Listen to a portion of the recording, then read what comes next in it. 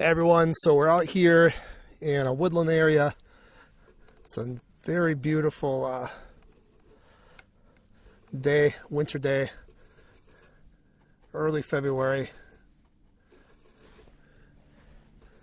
And just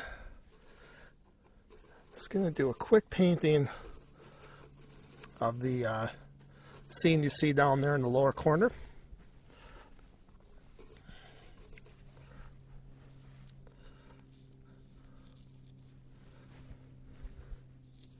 Going to try to block in the shadow. The shadow is going to move fast.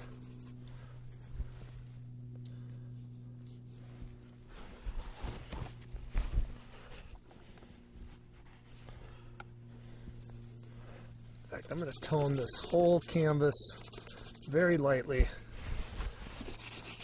because it is snow and I'm painting white. Snow's local color is white, but it is not white in real life. There's all kinds of light and tone hitting it. So I want to get some tone on here just to block things in. Gonna switch to a smaller brush. Going for some burnt sienna. A little bit of ultramarine blue. I'm going to block in my composition here. It's this big tree.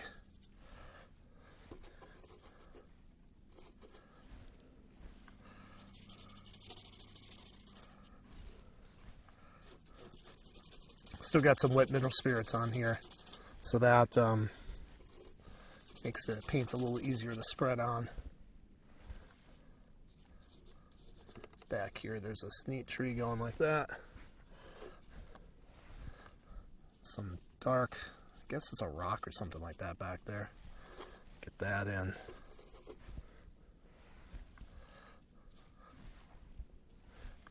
And trying to squint at the scene to simplify it.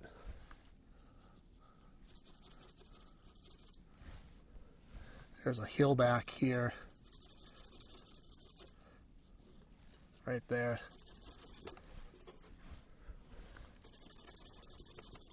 Just using super thin paint at this point.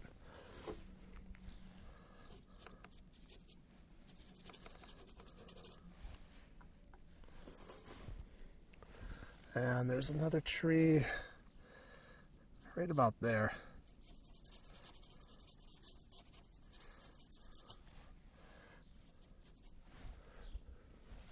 And another tree behind that.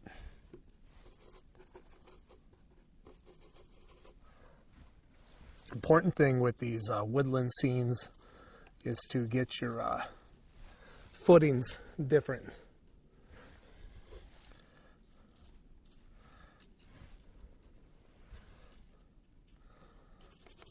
Where the trees are growing out of.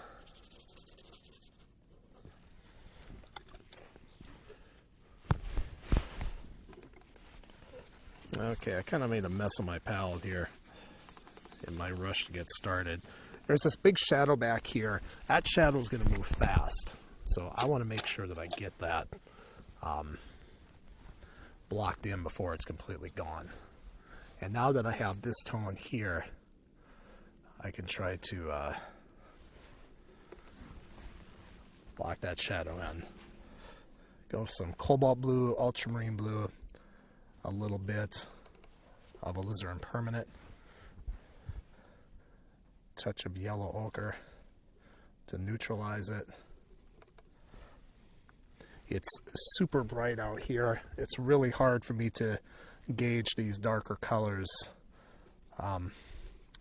This is a alizarin permanent that is transparent red oxide. Two very different colors, but they look exactly the same to me because they're pretty much the same value. And let's gauge that as way too red. I'm going to go in with some cooler blue.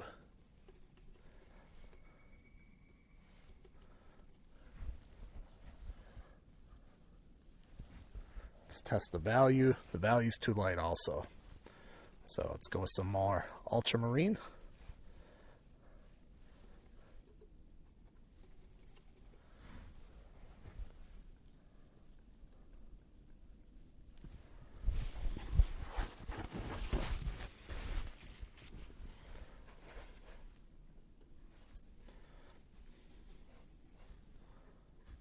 Actually, I'm going to try ultramarine and a little bit of chromium green oxide with some yellow ochre.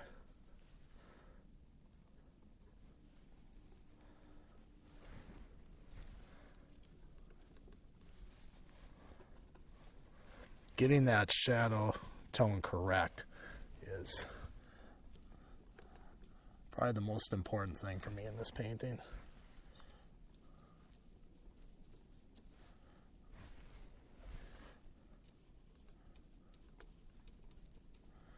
And getting that in fast, because by the time I'm done with this painting, that shadow is going to be gone. It's going to swing, the sun's going to swing over and the shadow is going to go to this side of the tree. And it's something you want to be aware of when you're plein air painting. Where are your shadows going? Where's the sun moving?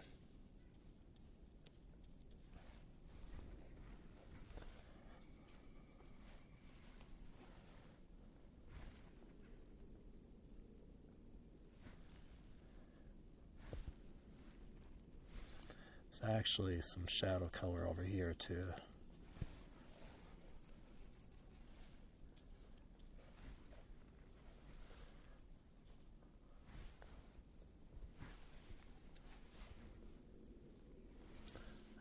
I keep having to turn around. My scene is actually this way. I have my canvas flipped almost the opposite direction so that I'm not painting with the sunlight on my palette.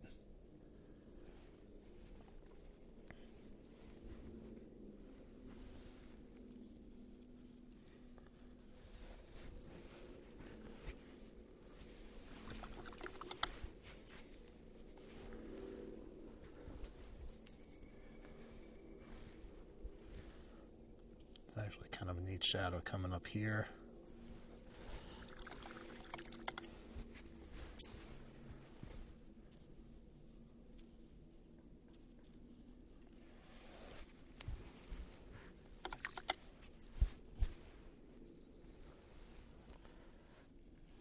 Okay, let's strengthen that dark rock back there a little bit more.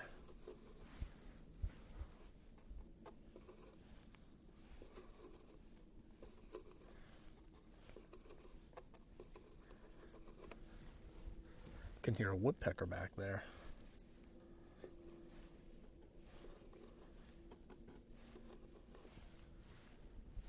Not sure if that's going to come through on the recording.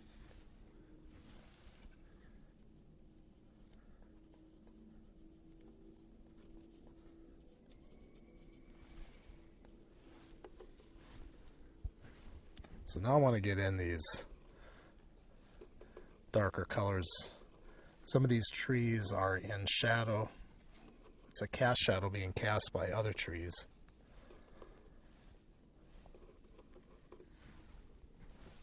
So I want to imply that.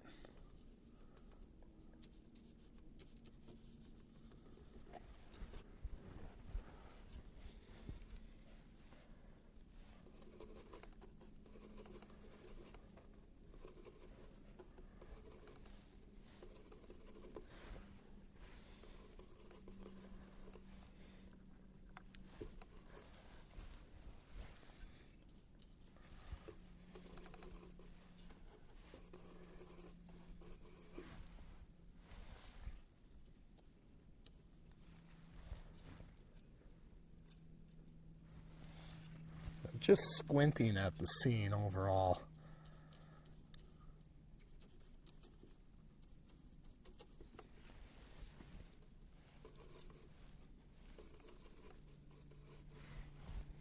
Actually getting very warm in this jacket. There's a lot of branches and things like that going on in here.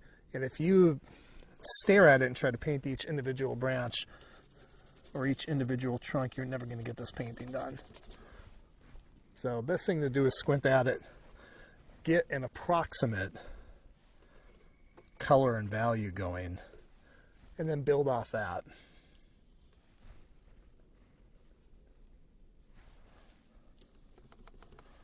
If I would have been smart, I would have brought my umbrella out here.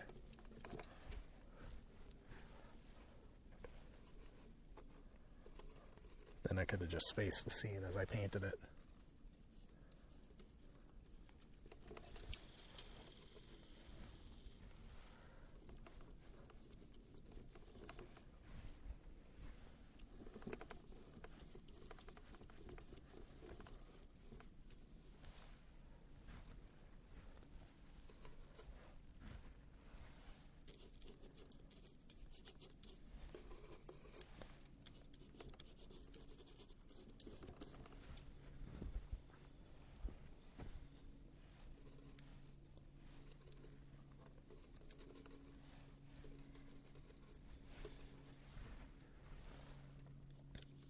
Should probably tell you quick how I have my palette set up. This is titanium white, cad yellow light, cadmium orange, yellow ochre, transparent red oxide, alizarin permanent, ultramarine blue, cobalt blue, cerulean blue, viridian, and chromium green oxide. Alright, taking the clean brush out.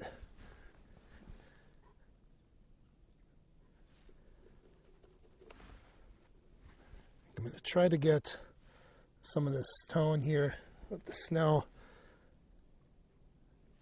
Titanium white and just a touch of yellow ochre, and giving just a touch of cad lemon. There's going to be areas of the snow that are going to be lighter than others. When the snow goes upright into the tree area, it's going to pick up a lot more light. In fact, I need to wipe some of this off here. This goes pretty high there, and I don't want to pick up any of that tree color there. I want to keep this as pure as possible.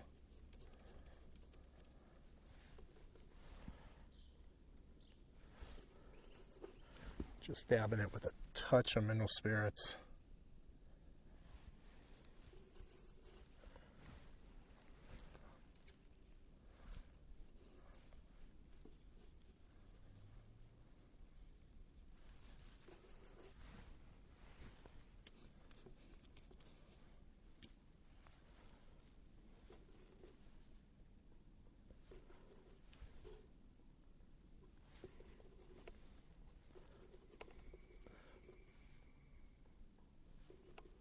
Rarely do you ever want to use pure titanium white on a painting, even with the snow scene. There is a lot of color in the snow.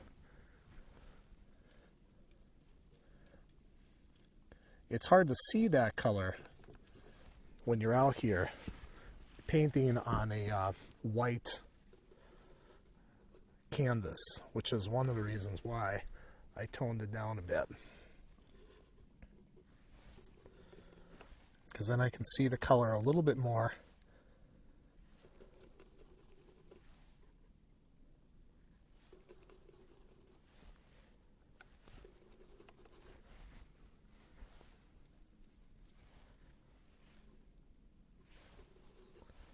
It's been a while since I painted snow, so it's probably going to be a bit of a challenge for me to get this color down accurately.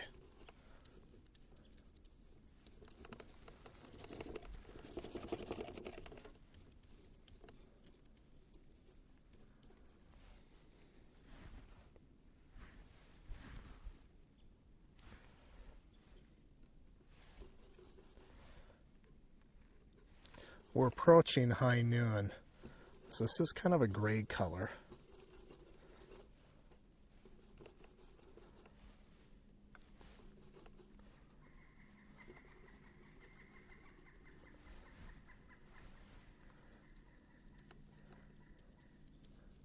That was neat. You heard that bird. Hopefully you did.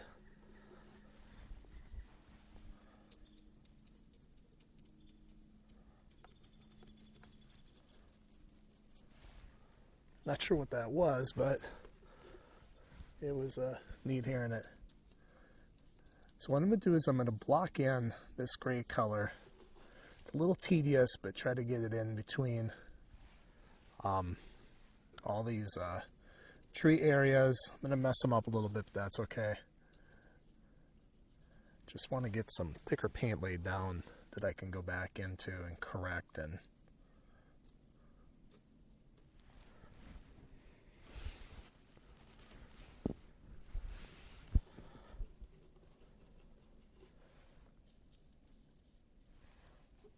doing that. See that the shadow might be a touch too dark.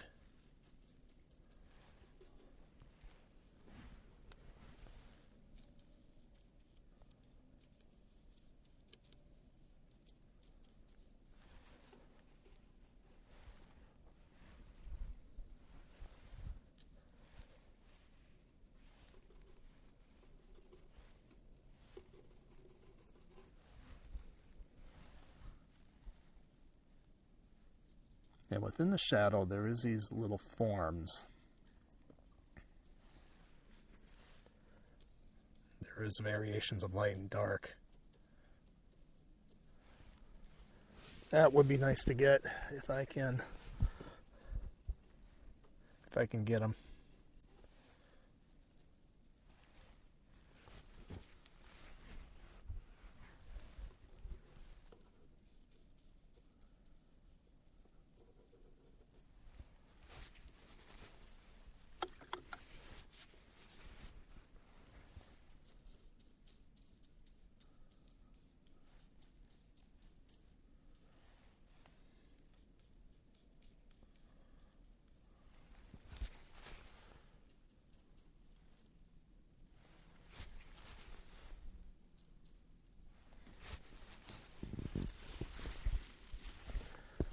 So right now I have all of my relationships blocked in. And I could stop here and go home with a nice study of some color relationships, but I'm going to keep it going.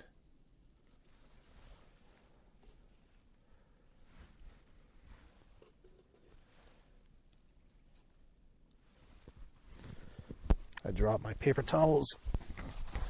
Get this picked up.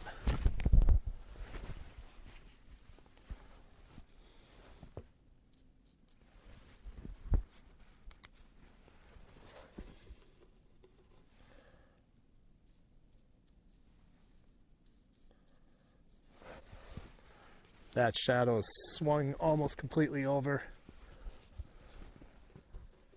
It's not even covering this tree anymore. This tree is in total sunlight now.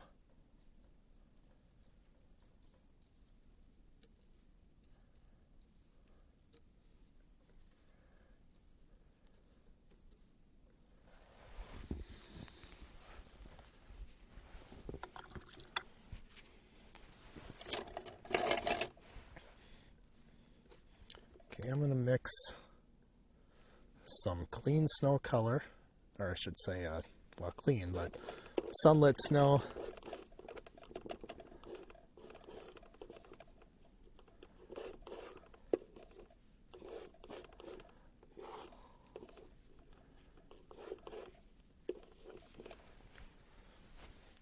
And then mix some shadow snow color. Actually, not shadow, but that's the pure upright snow that's going to catch all the sunlight. See, this time of year, the sun is very low in the sky, which is why it's wintertime. And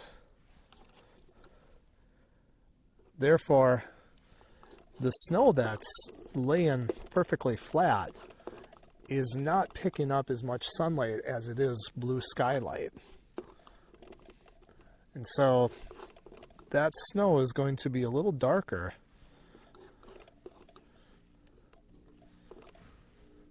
than then the upright snow, which is going to be picking up, because of the angle it's at, it's going to be picking up more of the sunlight.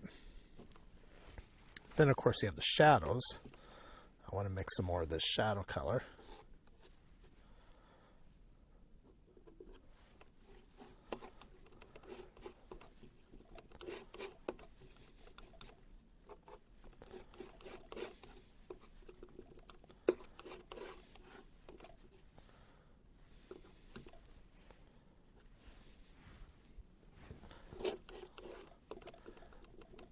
And I'm going to go a little darker than what I'm seeing out there, because there are some areas where the shadows are a little darker.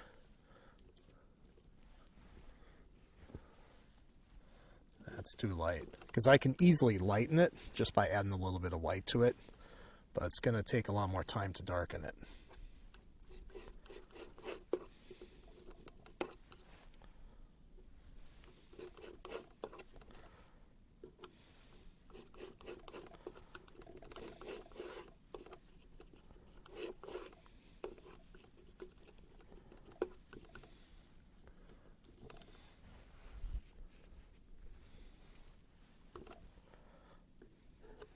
Let's go even darker. Ultramarine blue, alizarin permanent, some yellow ochre, maybe just a touch of transparent red oxide to keep it darker and neutralize it. I'm using the yellow ochre as a modifier to neutralize it. But yellow ochre, it's kind of a mid-value range, and if you find you keep lightening your value and you don't want to, that's when it you can maybe modify it, neutralize it with a bit of a transparent red oxide. Just be careful, because that is a very warm color.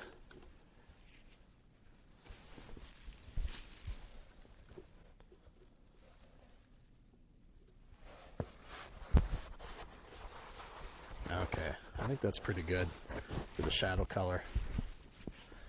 Now I'm going to mix some more of the tree color.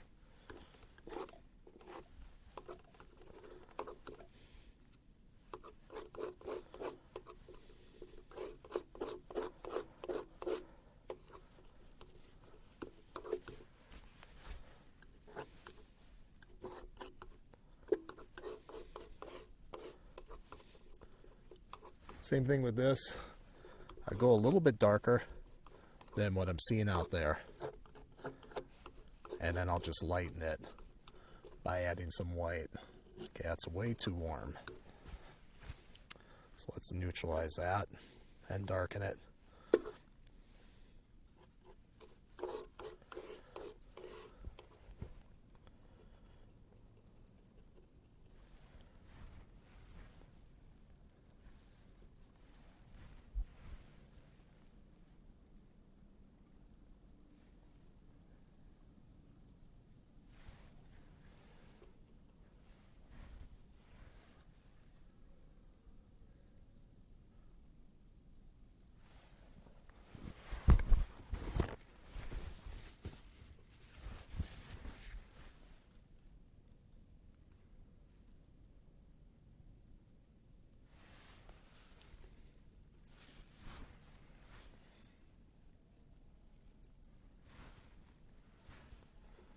Sounds like there's some people coming.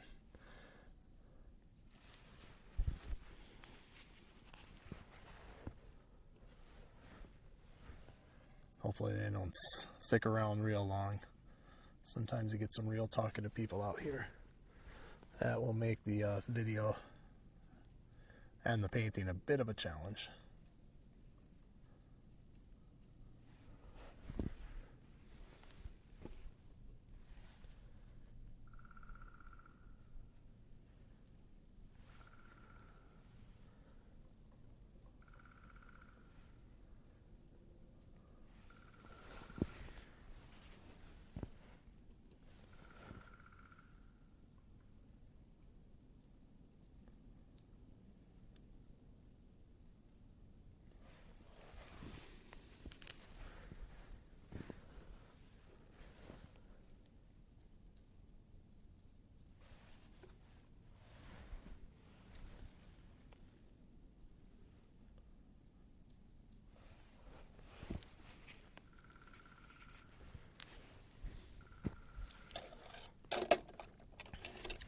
going to do a bit of designing here. I like this separation. I want to emphasize that a little bit more. Make it some type of a ravine or something like that.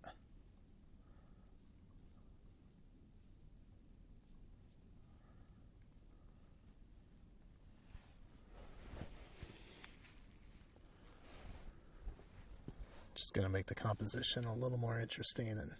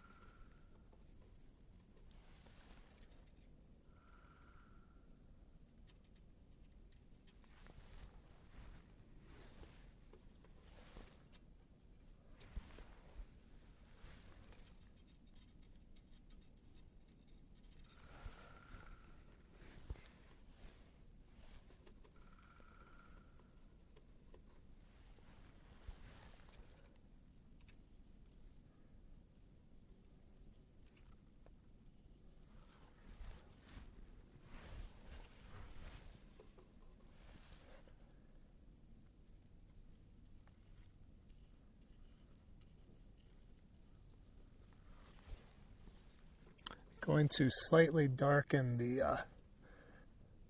this side of the tree, give it a little bit of dimension.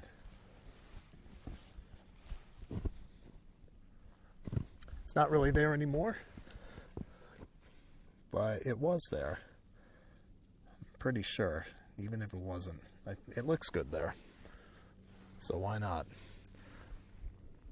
Now there's actually some moss on this main tree toward the front, so I'm going to go in here with a little bit of a chromium green oxide.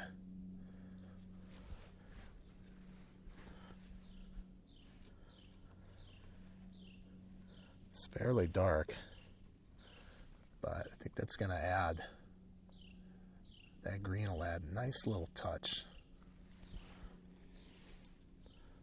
Nice splash of color to this scene. And the moss does creep up a bit. So let's get that in there. And I'm going to take a bit of artistic liberty and put it back in this tree too.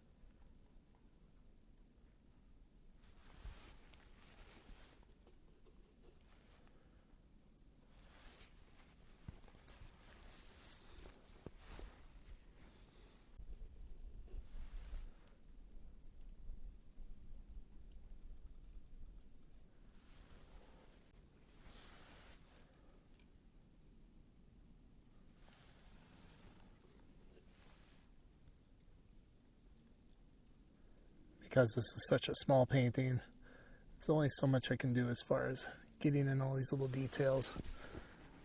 And there is a lot of little things going on in here. So you have to simplify what you're seeing if you really want to make it work out.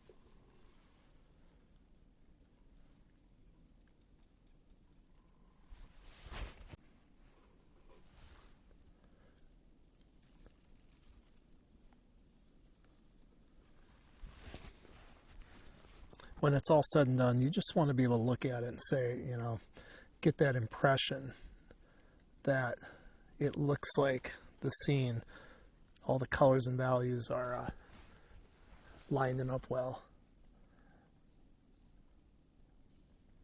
And I do feel that I'm getting that with this painting.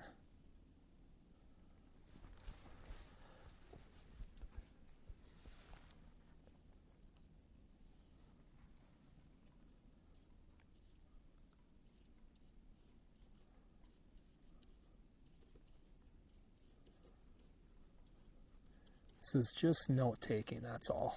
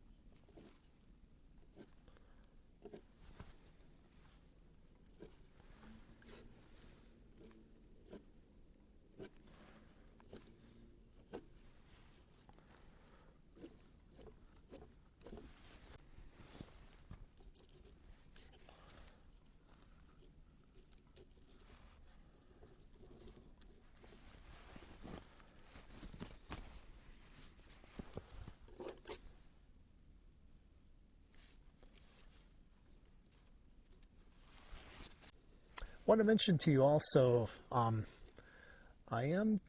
do teach. I'm doing online classes via Zoom, and you can learn from me live. It's a lot of fun. We work on a painting together. Stick around to the end of this video and you can learn more about it, or just go to my website jasontako.com and click on workshops, and you can learn some more.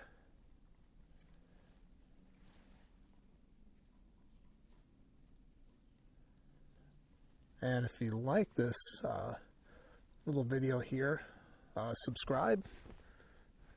And if you're watching this on YouTube, give me a thumbs up.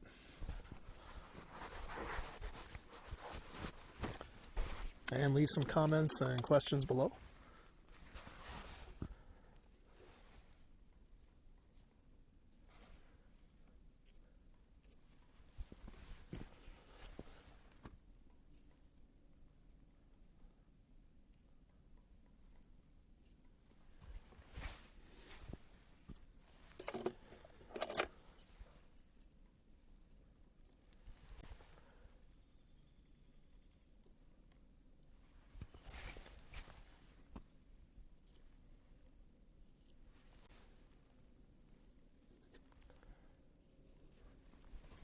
If you're an oil painter and want to take your skills to the next level, or just having difficulty getting started, you don't have to go it alone.